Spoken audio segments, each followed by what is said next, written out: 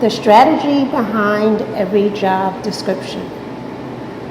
One thing I learned about years of working in fashion, retail, marketing, and creative operations is that companies don't randomly throw responsibilities into a job description despite what you think.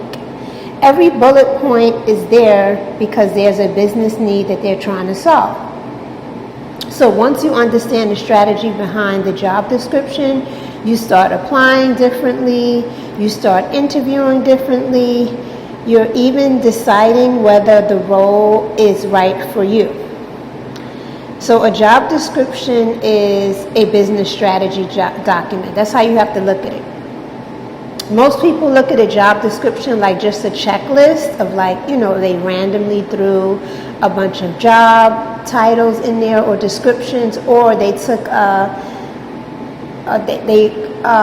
put a job description together that can work. It's kind of like templated, but they haven't gotten the real request from the company. If it's a real request from the company, you need to read the job description like it's a business problem. And I say that in the sense of when you read the job description, like what are the key things that's sticking out to you? Examples. Is the company growing? Are they launching new products? Are they reorganizing a team? Like, is this a new channel of business that they're opening up? Like maybe it's a small team, like a startup, and now they're opening up, and I'll just say marketing because that's my background. Now they're opening up, say, the marketing team, or they need like a marketing person to kind of come in and figure out what's the strategy, what can we do. Basically, you're like the first hire or the second or third hire of that new team. So that job description is going to read differently. Are they hiring because someone left? Meaning someone got a new job, someone put in their 2 weeks notice, or someone got laid off. Or they got promoted and they're going into another line of business. So now there's an opening, meaning there's an open head count and there's a seat that you can be the person to fill in. Are they building a new function? Meaning, are they building a new part of the job that they didn't have before? Again, this still goes back into like new lane, new line of business. Maybe they're bringing in, maybe their social team was weak, so now they're expanding their social team. So they want someone to kind of head up like the social marketing division. Secondly, you want to look at the job description. You want to look for the recurring theme. This is something that I talk about in my STAR interview video about when you're looking at a true job description, when you're reading it, you should be seeing what is a recurring theme. What do they keep talking about? Where is the team struggling at? What am I being brought in to help them do? What problems could I help them solve? Right? So you want to look at these descriptions, and then that is going to be, if you get called for the interview, that is going to be the same thing that you filled when you study for your STAR video, your STAR interview, you're going to have those examples ready so that you can build your case around those examples, and that is going to set you apart. So again, this is more so for right now you're looking at the strategy of the job description. So right now you're in the just applying mode. The next step is your resume has to get picked by the recruiter. That's when you get the interview request. That is when you would implement, the first time you implement the STAR video. So you want to, again, if stakeholder management is mentioned 5 different ways, right? Like it's the same thing, but they asking you 5 different ways. I also had an interview where, you know how you have a STAR interview and then the recruiter keeps, or the hiring manager, they keep going back to this. It's the same question, like the meat is the same question, but they're just asking you it 5 different ways. That might be a place where they really need your expertise, in a place where, not that the team is necessarily struggling in, but this is the part where like they need your leadership to come in and show them like what they really care about.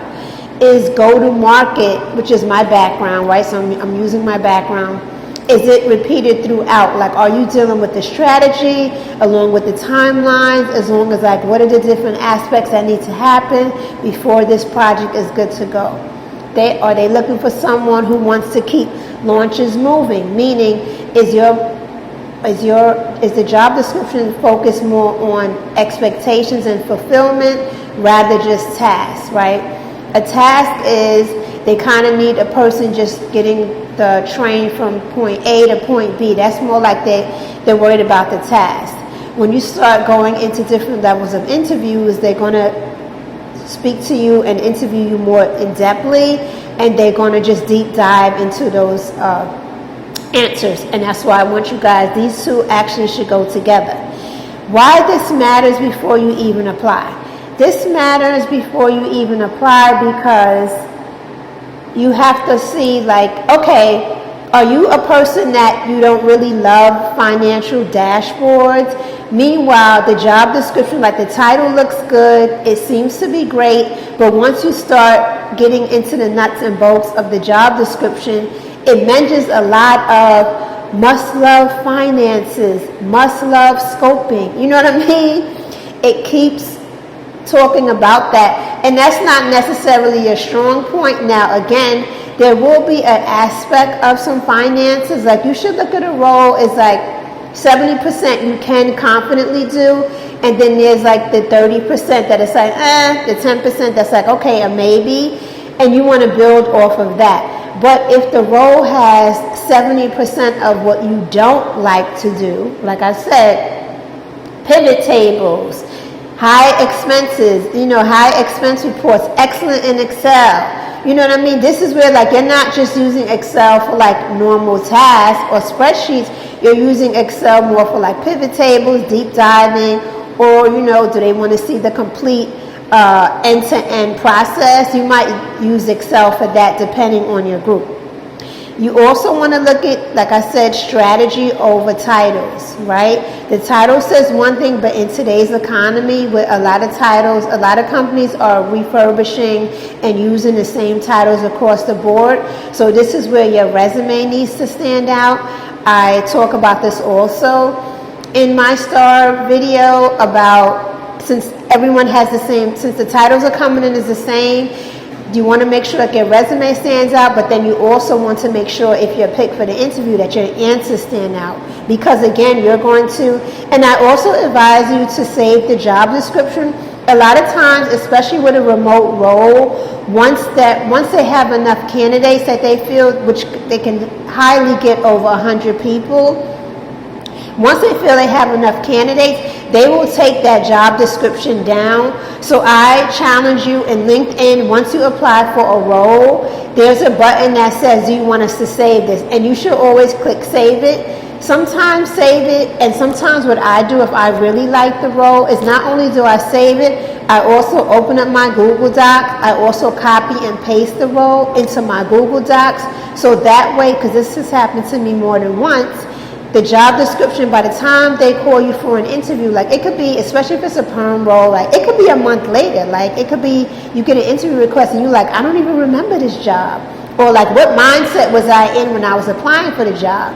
And a lot of times that job description is not there. You can look on LinkedIn. You can put the job, the title in Google. Nothing comes up. They took it from the website and they took it down from all social media platforms, LinkedIn as well as Indeed.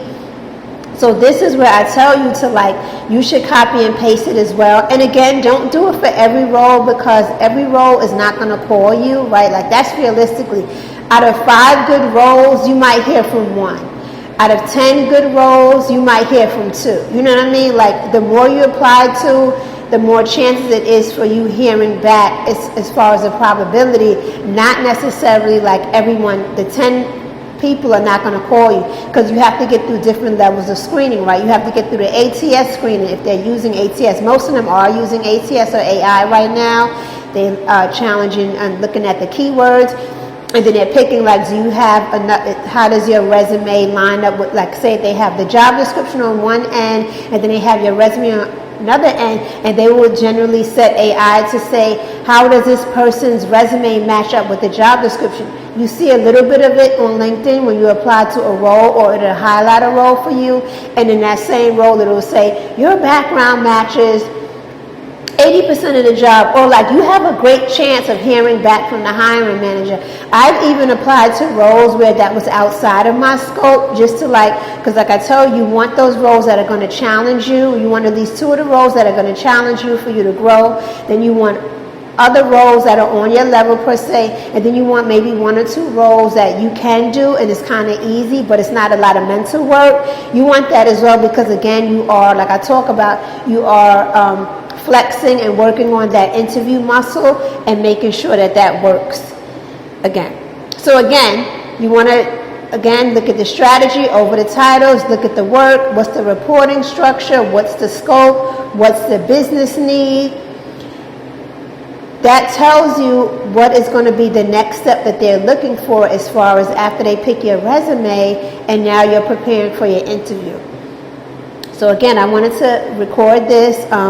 I made it as a voice note just because, like if you're driving, or like a lot of people that are listening to videos when they're at work, you just got your headphones on. This takes away from you having, a video up on your screen, your boss walking around depending on your job setup, and just, you have the screen watchers, I call them. Some companies, they're micromanagers, or they have their, team members that, the police, the screen police. So that's what you want to do. I wanted to record this so you have it. You can just put your headphones in, think about the strategy, look at the job description as a strategy, look at it as a need, and start getting ready for if they call you, what are you going to tailor your star interview questions around, right? So the next time you open up a job description, you're not going to read it like a list of responsibilities, but read it more so like a strategy document.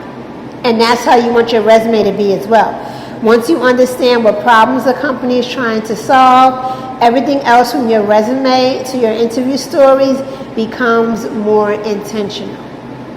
So anyway, it's Friday. I'm enjoying the weather today. It's beautiful out. It rained all week in New York City. I wanted to go to get my wash and set today, but I called and she was like, girl, everybody and their mother is here So I am going to go tomorrow morning at 9. But anyway, enjoy your weekend. Have a great day. If you're in New York City, enjoy the weather. If you are wherever you're at, either way, it's Friday and TGIF. Thank you.